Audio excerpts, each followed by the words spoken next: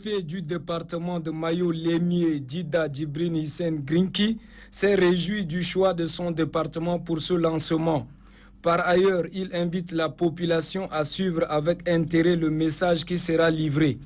Le représentant des partenaires techniques et financiers, Dr Sylvain Zeba, et la directrice générale adjointe du ministère, Madame Francine Baïdedji, exhortent la population à faire vacciner massivement leurs enfants, car, disent-ils, malgré les efforts du gouvernement, l'on reconnaît la recrudescence de la rougeole les 3 dernières années. Lançant officiellement la campagne au nom du ministre, le gouverneur de la province du Mayo-Kébi-Est, Bachar Ali Suleiman, indique que la santé du peuple tchadien préoccupe à plus d'un titre le chef de l'État, le maréchal du Tchad Idriss Déby Itno, qui déploie des moyens colossaux pour pallier les problèmes sanitaires.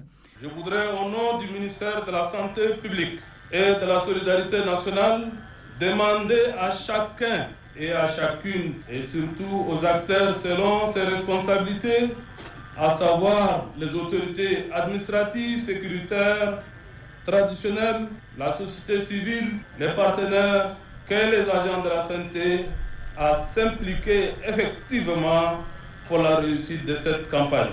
Notons que cette campagne dénommée bloc numéro 1 concernera 11 provinces et se déroulera du 12 au 18 janvier 2021.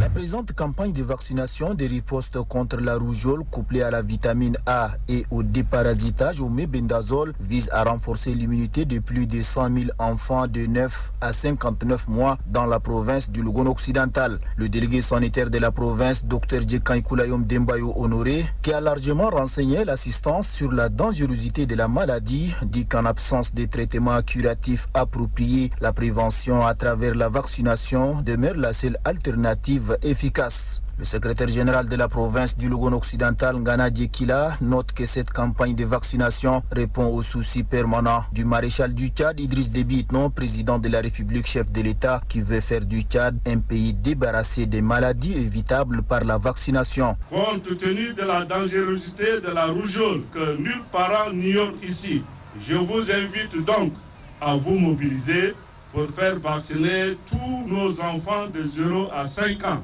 Ngana Djekila a à cette occasion exprimé la profonde gratitude des autorités provinciales aux partenaires que sont l'OMS et l'UNICEF qui ne cessent d'accompagner le gouvernement dans la lutte contre ces maladies à potentiel épidémique afin de diminuer le taux de mortalité chez les enfants tchadiens de moins de 5 ans.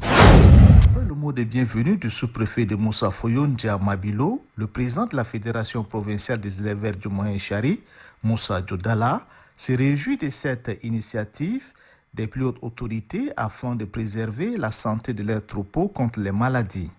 Le gouverneur d'Iber Younous a fait savoir que le Moyen-Chari compte un nombre important de cheptels. C'est pourquoi cette campagne de vaccination est organisée.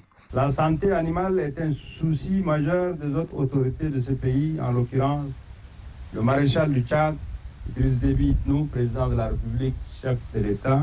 Pour l'heure, le vaccin contre la peste des petits ruminants est disponible en quantité suffisante au niveau de la délégation provinciale de l'élevage du Moyen-Chari et les éleveurs sont priés de se présenter massivement et en totalité leurs troupeaux de petits ruminants en séance de vaccination pour la réussite de cette campagne de vaccination qui est gratuite. Pour rejoindre l'acte à la parole, Diber Younous a administré par pistolet le vaccin à quelques petits ruminants, suivi de quelques techniciens en la matière.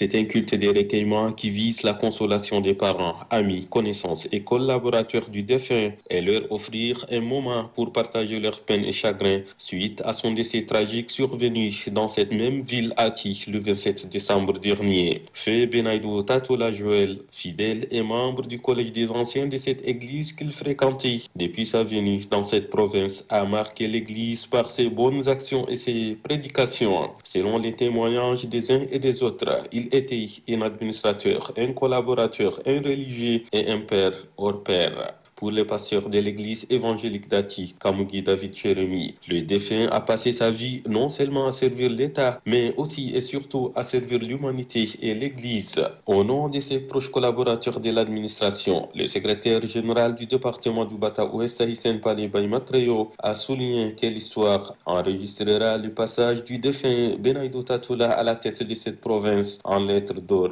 Très émus, les parents du défunt, représentés par sa tante paternelle et son cousin, ont loué le Seigneur pour le repos de l'âme du disparu.